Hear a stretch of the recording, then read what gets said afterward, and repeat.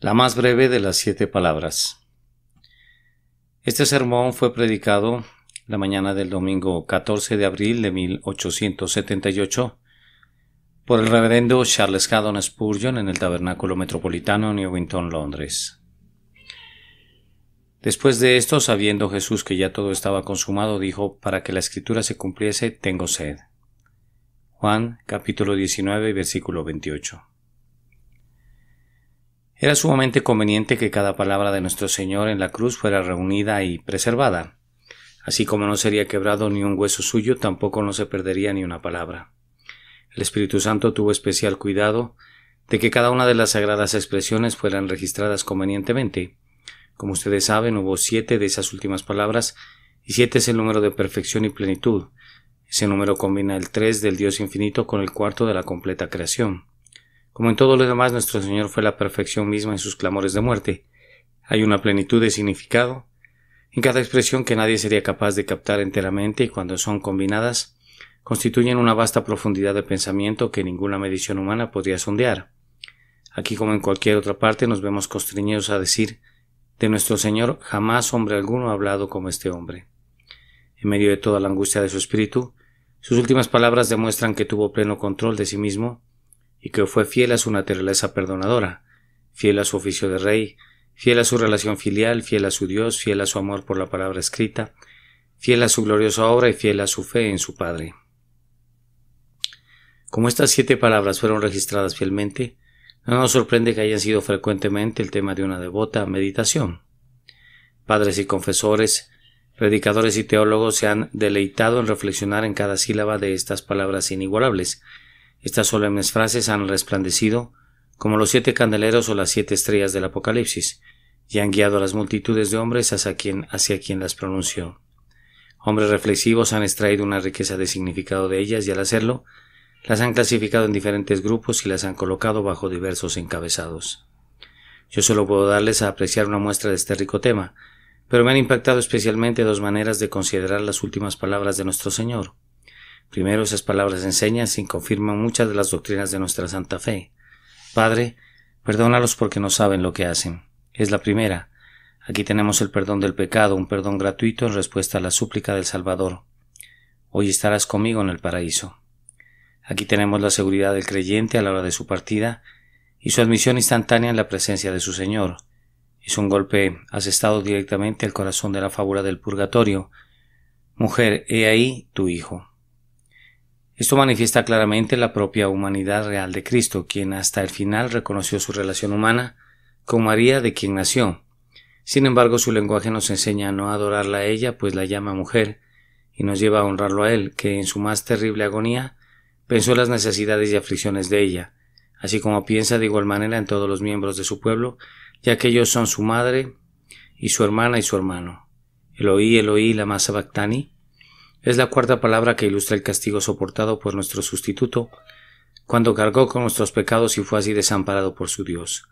Ninguna exposición puede relevarnos plenamente la agudeza de esa frase. Es penetrante como la propia hoja y la punta de lanza que atravesó su corazón. Tengo sed. Es la 5ª palabra, y su expresión nos enseña la verdad de la Escritura, pues todas las cosas fueron llevadas a cabo para que la Escritura se cumpliese, y por esto nuestro Señor dijo: tengo sed. La Santa Escritura sigue siendo la base de nuestra fe, confirmada con cada palabra y acto de nuestro Redentor. La penúltima palabra es: consumado es. Ahí tenemos la completa justificación del creyente, puesto que la obra por la cual es aceptado está realizada plenamente.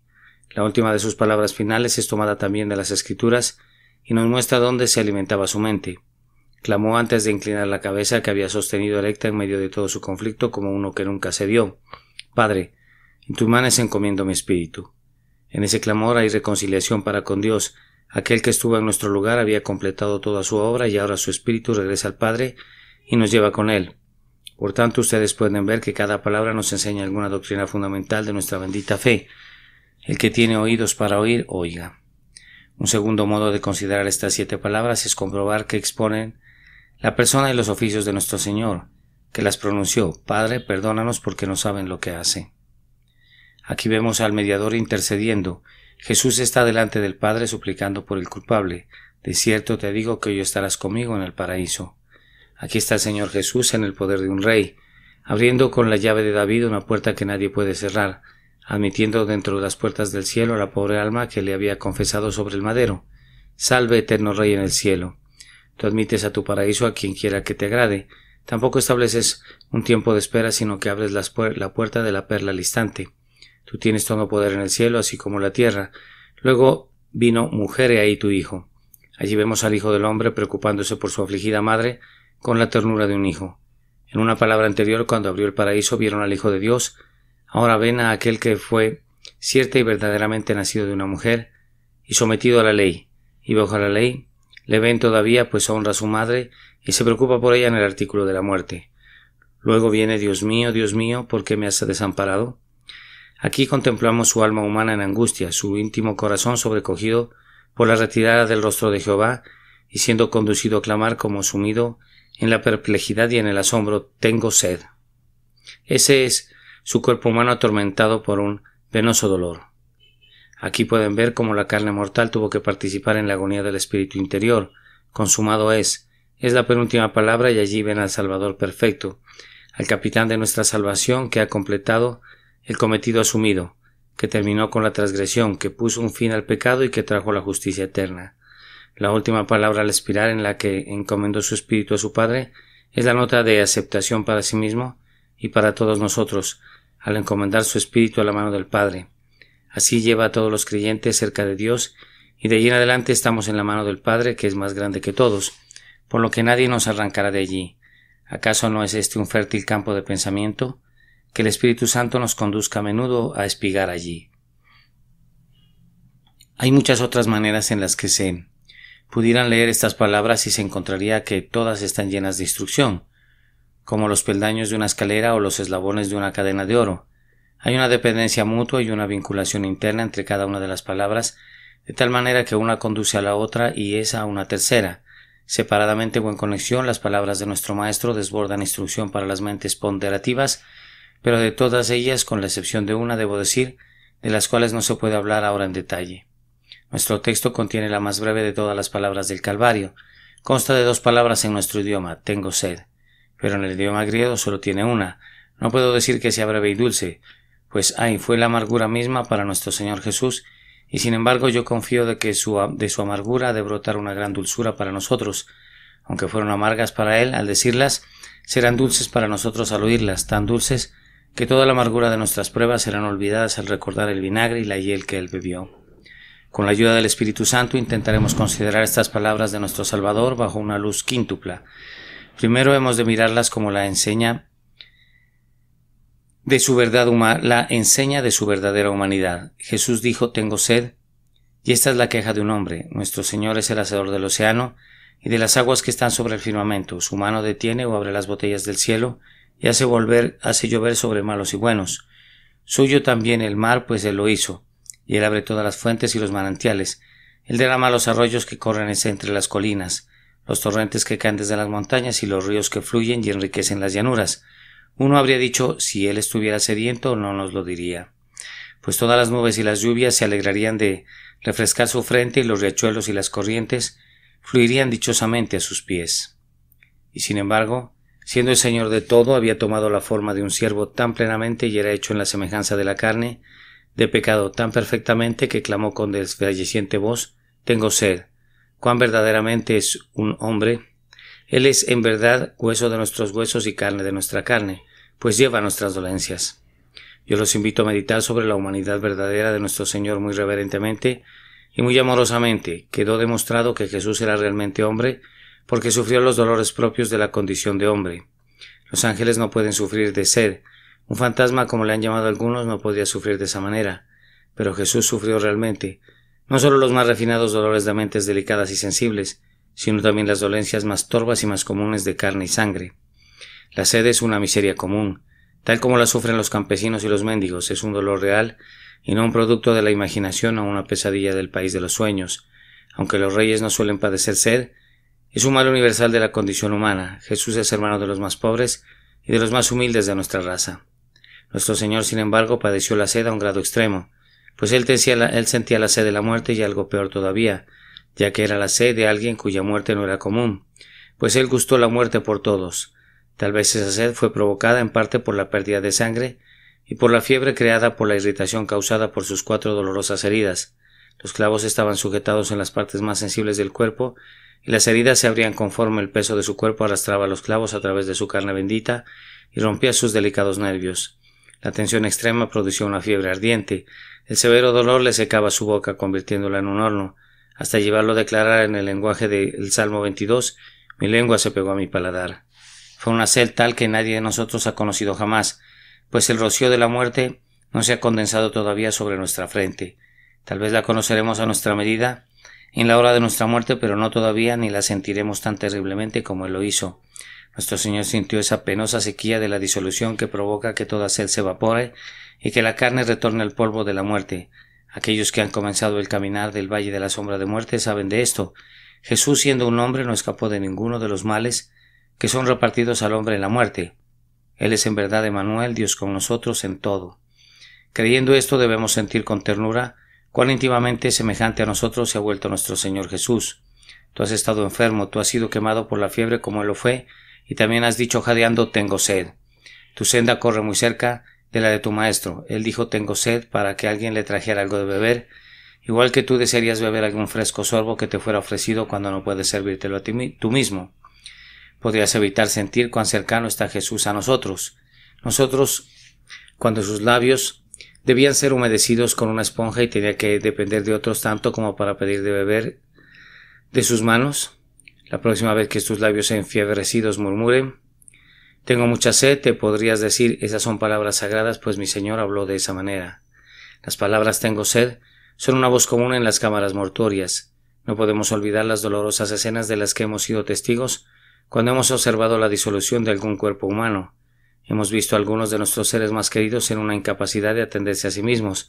El sudor de la muerte estaba sobre ellos y esta ha sido una de las señales de su próxima disolución, que ardían de sed, y solo podían musitar entre sus labios semiabiertos: dame de beber. Ah, amados, nuestro Señor era un hombre tan verdaderamente que todos nuestros dolores nos traen recuerdos suyos.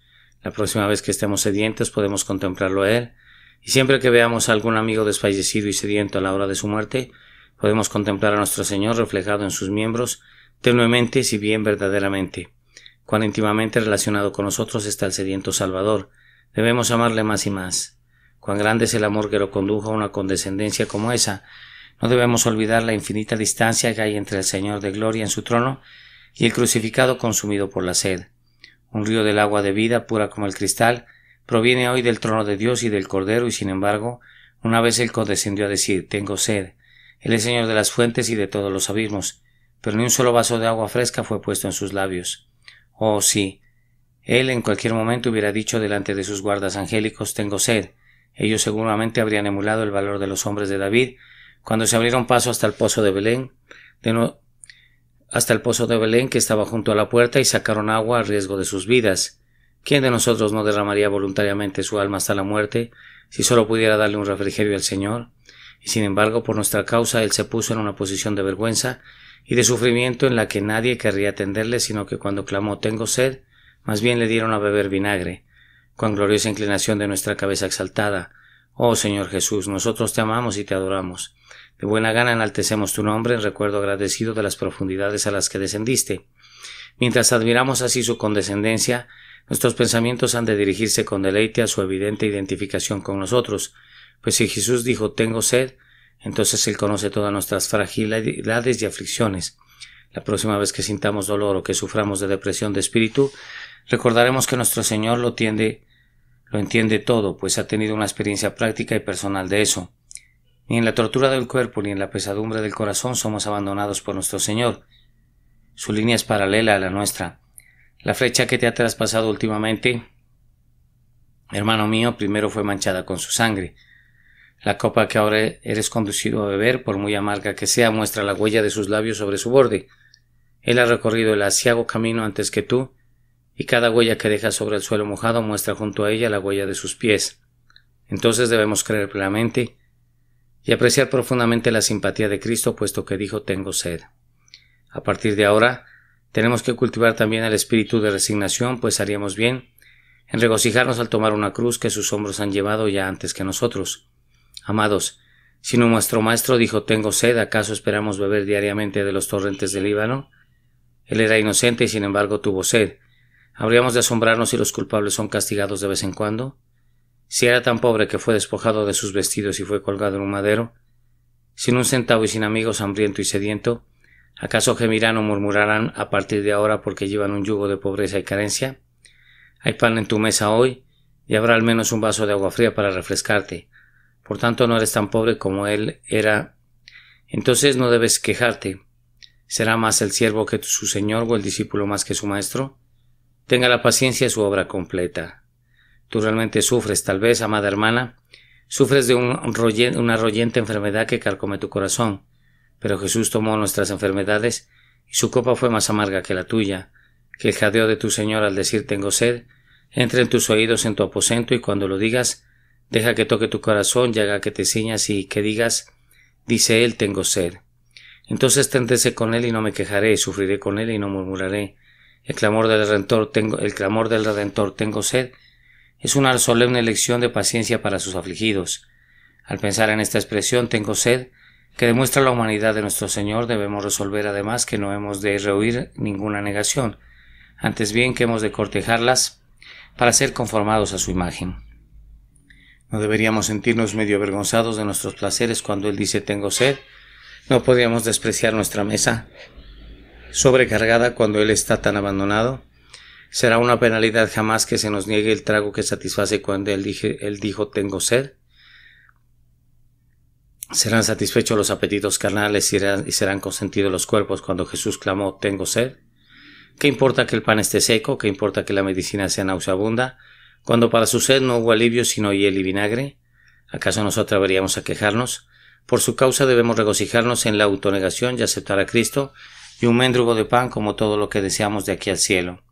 Un cristiano que vive para satisfacer los bajos apetitos de una bestia bruta, para comer y beber casi hasta la glotonería y la ebriedad, es completamente indigno del hombre. La conquista de los apetitos y la entera subyugación de la carne deben alcanzarse, pues antes nuestro grandioso ejemplo dijo consumado es, en donde me parece que alcanzó la mayor altura de todas cuando dijo tengo sed.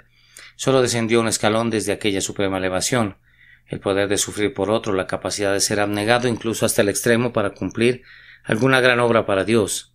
Esto es algo que ha de buscarse y debe ser ganado antes de que nuestra obra esté terminada, y en esto Jesús es para nosotros nuestro ejemplo y nuestra fortaleza.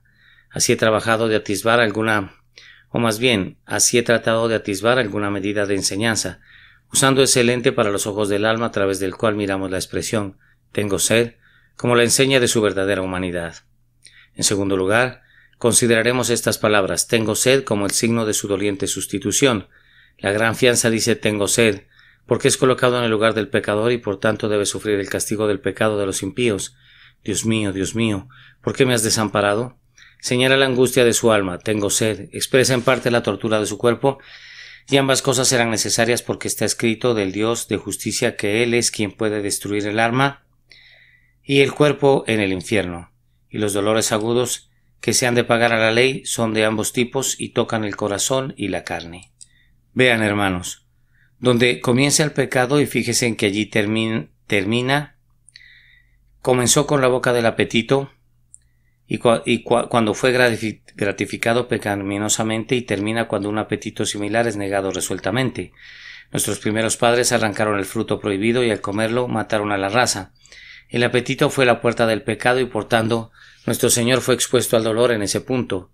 Con tengo sed el mal es destruido y recibe su expiación. Vi el otro día el emblema de una serpiente con su cola en su boca, y si lo transporto más allá de la intención del artista, el símbolo puede expresar el apetito tragándose a sí mismo, un apetito carnal del cuerpo. La satisfacción del deseo de alimentos nos abatió bajo el primer Adán y ahora el agudo malestar de la sed, la negación de lo que el cuerpo apetecía nos restaurará nuestro lugar. Y esto no es todo. Sabemos por experiencia que el efecto presente del pecado en todo hombre que se entrega a él es la sed del alma. La mente del hombre es como las hijas de la sanguijuela que dicen todo el tiempo dame, dame. Entendida metafóricamente, la sed es insatisfacción, el deseo ardiente de la mente de algo que no tiene, pero que desea con vehemencia. Nuestro Señor dice, si alguno tiene sed, venga a mí y beba, siendo esa sed el resultado del pecado en cada hombre impío en este momento. Ahora, estando en el lugar del impío, Cristo sufre de sed como un tipo que nos enseña que está soportando el resultado del pecado. Más solemne aún es la reflexión de que, de acuerdo a la propia enseñanza de nuestro Señor, la sed será también el eterno resultado del pecado, pues Él dice en relación al glotón millonario: y en el Hades alzó sus ojos estando en tormentos, y su petición que le fue negada fue: Padre Abraham, ten misericordia de mí, y envía a Lázaro para que moje la punta de su dedo en agua y refresque mi lengua, porque estoy atormentado en esta llama. Ahora recuerden que si Jesús no hubiera tenido sed, cada uno de nosotros habría tenido sed por siempre muy lejos de Dios, con una impensable cima entre nosotros y el cielo. Nuestras lenguas pecaminosas, ampolladas por la fiebre de la pasión, habrían tenido que arder eternamente si su lengua no hubiese sido atormentada por la sed en lugar nuestro. Yo supongo que la frase «tengo sed» fue expresada suavemente, de modo que quizás uno o dos que estaban cerca de la cruz alcanzaron a oírla, en contraste con el más fuerte clamor «lama sabactani» y el triunfante grito de «consumado es». Ese suspiro, que fue suave y desfalleciente «tengo sed», ha calmado la sed para nosotros que de otra manera insaciablemente feroz habría hecho presa de nosotros a lo largo de la eternidad. Oh asombrosa sustitución del justo por el injusto, de Dios por el hombre, del perfecto Cristo por nosotros, seres culpables y rebeldes que merecíamos el infierno. Debemos engrandecer y bendecir el nombre de nuestro Redentor. Me parece muy asombroso que estas palabras «tengo sed» fueran, por decirlo así, la liquidación de todo. Tan pronto dijo «tengo sed» y sorbió el vinagre, clamó «consumado es», y todo terminó. La batalla fue peleada y la victoria fue ganada para siempre, y la sed de nuestro grandioso liberador fue el signo de que él había eliminado al último enemigo. La inundación de su dolor había sobrepasado la línea de pleamar y comenzaba a trabajar. «Tengo sed» fue la experimentación del último dolor agudo, que si digo que fue la expresión del hecho de que sus dolores habrían comenzado a cesar por fin, y que su furia habría pasado y le había dejado en libertad de notar sus dolores menores. La excitación de una gran lucha hace que los hombres olviden la sed y la debilidad.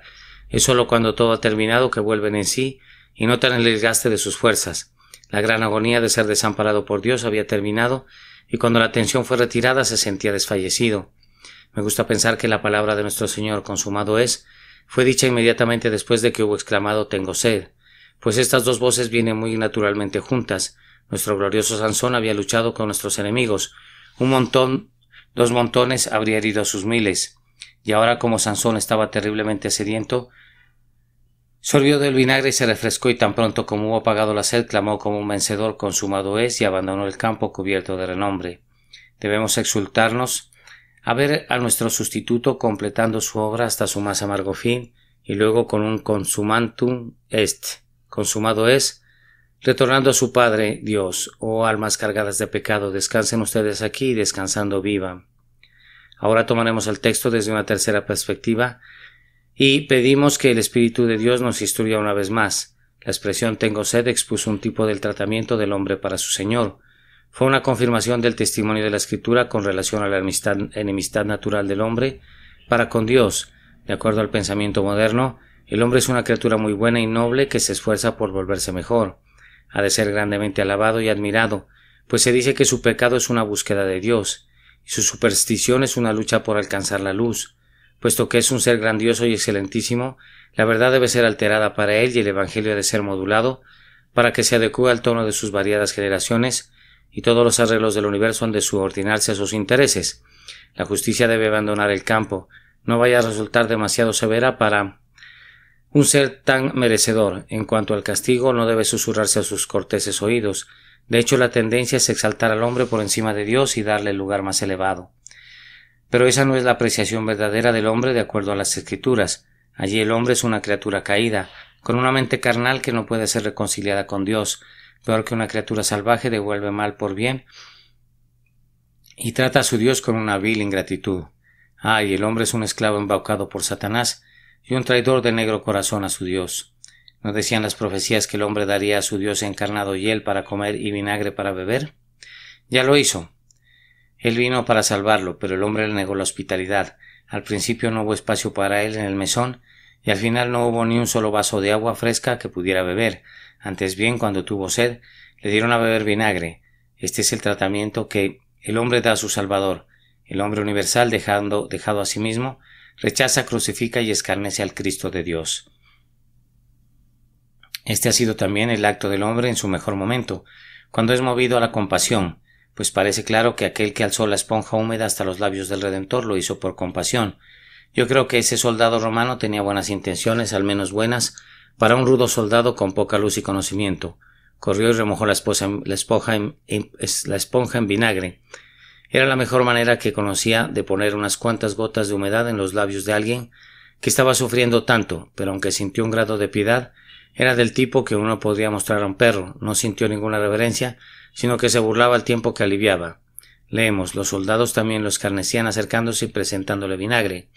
Cuando nuestro Señor clamó, Eloí, Eloí, y dijo después, tengo sed, las personas en torno a la cruz dijeron, deja, veamos si viene Elías a librarle. Burlándose de él, y según Marcos, el que le dio el vinagre expresó las mismas palabras. Tuvo piedad del sufriente, pero pensó tan poco en él, que se unió a las voces del escarnio. Incluso cuando el hombre se compadece de los sufrimientos de Cristo, y el hombre dejaría de ser humano si no lo hiciera. Aún así se burla de él. La propia copa del hombre le da a Jesús, que le da a Jesús el hombre es a la vez el escarnio y compasión, pues el corazón de los impíos es cruel. Miren cómo el hombre en su mejor momento mezcla la admiración por la persona del Salvador con el desprecio de sus pretensiones. Escribe libros para ponerlo como un ejemplo y al mismo tiempo rechaza su deidad. Admite que fue un hombre portentoso, pero niega su más sagrada misión. Encomía su enseñanza ética y luego pisotea su sangre. Así también le da de beber, pero la bebida es vinagre. Oh, mis oyentes, eviten elogiar a Jesús y negar su sacrificio expiatorio. Eviten rendirle homenaje y deshonrar su nombre al mismo tiempo. Ay, hermanos míos, no puedo decir mucho sobre el recuerdo de la crueldad del hombre hacia nuestro Señor, sin hacer referencia a mí mismo y a ustedes. ¿Acaso nosotros no le hemos dado a beber vinagre a menudo? ¿No hicimos eso años antes de que lo conociéramos? Solíamos derretirnos cuando oíamos acerca de sus sufrimientos, pero no nos arrepentíamos de nuestros pecados. Le dábamos nuestras lágrimas y luego lo contristábamos con nuestros pecados. Algunas veces pensábamos que lo amábamos cuando oíamos la historia de su muerte, pero no cambiábamos nuestras vidas por causa de él, ni poníamos nuestra confianza en él y así le dábamos a beber vinagre. Y la aflicción no termina ahí, pues las mejores obras que hemos hecho jamás y los mejores sentimientos que hemos sentido jamás y las mejores oraciones que hemos ofrecido jamás, ¿acaso no han sido amargados y agriados por el pecado? ¿Podrían compararse con el vino generoso? ¿No son acaso más semejantes al punzante vinagre? Me asombra que las haya recibido jamás, como uno se pregunta por qué recibió este vinagre, y sin embargo los ha recibido y nos ha sonreído por presentárselos. Él supo cómo convertir el agua en vino en una ocasión, y en amor inigualable ha convertido a menudo nuestras amargas libaciones en algo dulce para sí, aunque en sí mismas me parece han sido el jugo de uvas amargas lo suficientemente agrias para producirle de entera. Por lo tanto, podemos presentarnos delante de él con todo el resto de nuestra raza. Cuando Dios los rinda al arrepentimiento por su amor y lo miren a él, a quien hemos traspasado y lloramos por él como quien se aflige por su primogénito. Haremos bien en recordar que nuestras faltas, o más bien, recordar nuestras faltas en este día. Nosotros cuya propensión a olvidar que tu precioso amor en el olivo bañó tu frente con sudor sangriento, nosotros cuyos pecados con terrible poder, como una nube descendieron sobre ti. En aquella hora que excluyó a Dios, nosotros que todavía en pensamiento y obra, a menudo sostenemos la amarga vara para ti en tu tiempo de necesidad. He tocado este punto muy ligeramente, porque quiero un poco más de tiempo para reflexionar sobre una cuarta perspectiva de esta escena. Pido que el Espíritu Santo nos ayude a oír una cuarta sintonización de esta música doliente, Tengo sed. Pienso, queridos amigos, que el clamor que decía Tengo sed fue la expresión mística del deseo de su corazón. Tengo sed.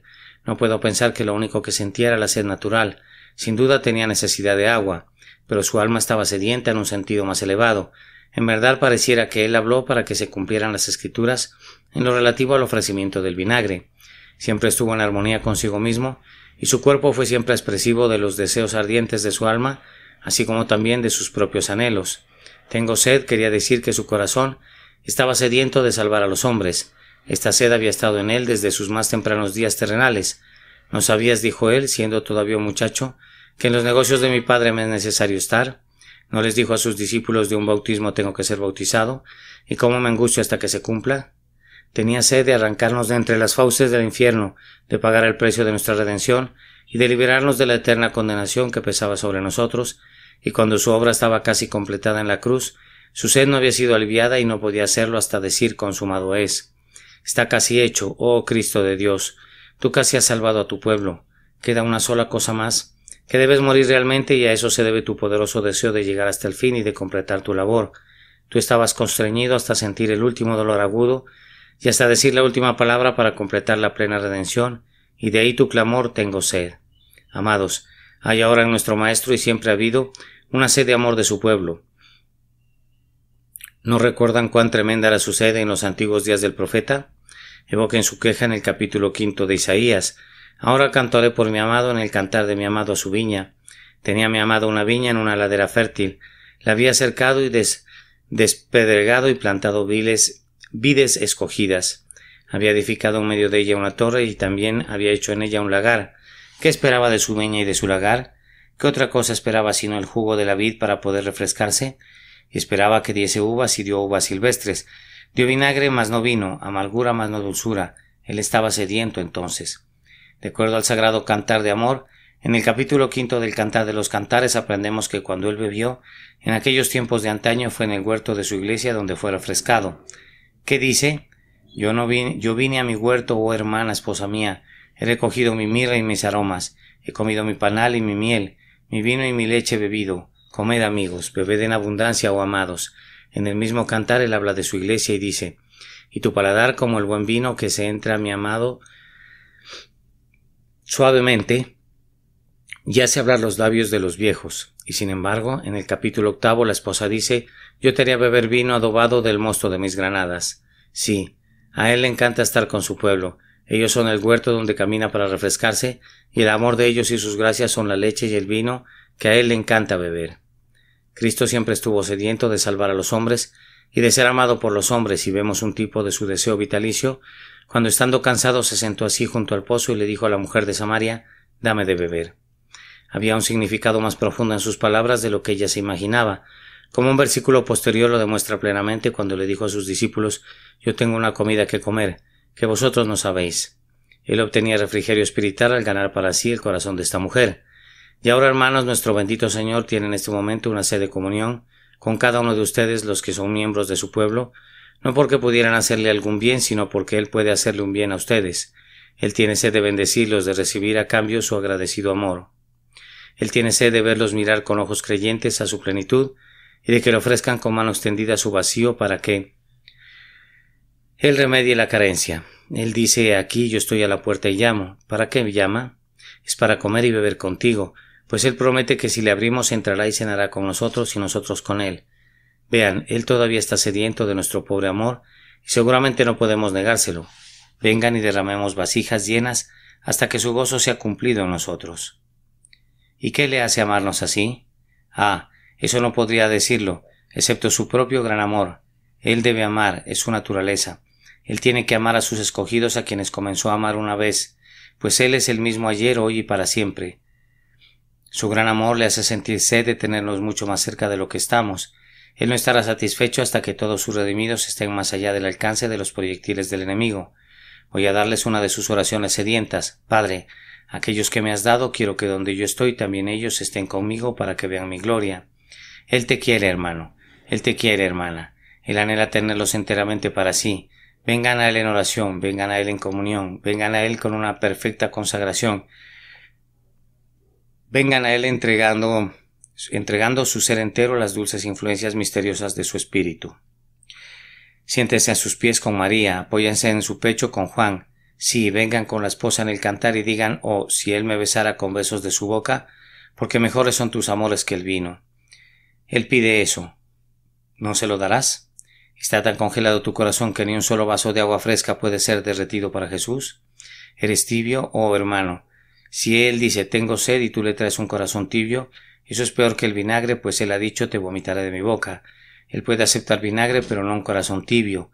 Vamos, llévale a tu cálido corazón y deja que beba de ese cáliz purificado todo lo que quiera. Todo tu amor ha de ser suyo. Yo sé que a Él le encanta recibir algo de ti, porque Él se deleita incluso con un vaso de agua fría que tú le des a uno de sus discípulos. ¿Cuánto no se deleitará en la dádiva de todo tu ser a Él? Por tanto, ya que tienes sed, dale de beber en este día. Por último, el clamor de tengo sed es para nosotros el modelo de nuestra muerte con Él. ¿Acaso ignoran, amados, pues hablo con los que conocen al Señor, que han sido crucificados juntamente con Cristo? Bien, entonces, ¿qué significa este clamor, tengo sed? Sino que nosotros hemos de estar sedientos también. ¿No estamos sedientos? Según la antigua manera en la que estábamos amargamente afligidos, pues se le ha dicho, el que bebiere del agua que yo le daré no tendrá sed jamás. Pero ahora codiciamos una nueva sed, un apetito refinado y celestial, una gran urgencia de nuestro Señor. Oh bendito Maestro, si estamos en verdad clavados al madero contigo, danos sed de ti, con una sed que únicamente la copa del nuevo pacto en tu sangre pueda satisfacer jamás. Ciertos filósofos han dicho que a ellos les gusta perseguir la verdad, incluso más que el conocimiento de la verdad. Yo difiero grandemente de ellos, pero esto diré, que después del gozo real de la presencia de mi Señor, amo tener hambre y sed de Él. Rutherford usó palabras más o menos en este sentido. Yo tengo sed de mi Señor y esto es un gozo que nadie me quita. Incluso si no puedo acercarme a Él, estaré lleno de consuelo, pues tener sed de Él es el cielo, y seguramente Él nunca negará a una pobre alma la libertad de admirarle y de adorarle y de tener sed de Él. En cuanto a mí, quisiera volverme más y más insaciable de mi divino Señor, y cuando tenga mucho de Él todavía anhelaré más, y luego más y todavía más. Mi corazón no estará contento hasta que Él sea todo en todo para mí, y yo esté totalmente perdido en Él. Oh, poder tener el alma más ancha para poder tomar sorbos más grandes de su dulce amor, pues nuestro corazón no se conforma con eso.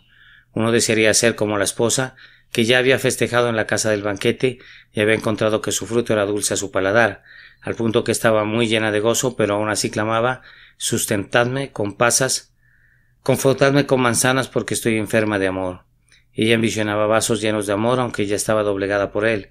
Este es un tipo de dulzura de la cual, si un hombre ha recibido mucha, tiene que obtener más, y cuando ha tenido más está bajo mayor necesidad de recibir más, y así sucesivamente, pues su apetito está creciendo siempre, alimentado por lo que come, hasta quedar saciado con toda la plenitud de Dios. Tengo sed. Esta es la palabra de mi alma para su Señor. Tomada prestada de sus labios, se adecua muy bien a mi boca. Tengo sed, pero no como una vez la tuve, de compartir los vanos deleites de la tierra. Tus heridas, Emmanuel, todas prohíben que busque mis placeres allí.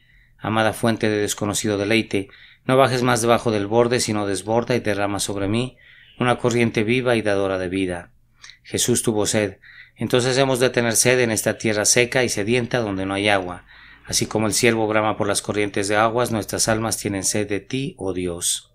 Amados, hemos de sentir sed de las almas de nuestros semejantes. Ya les he dicho que ese fue el deseo místico de nuestro Señor. Ha de ser el nuestro también.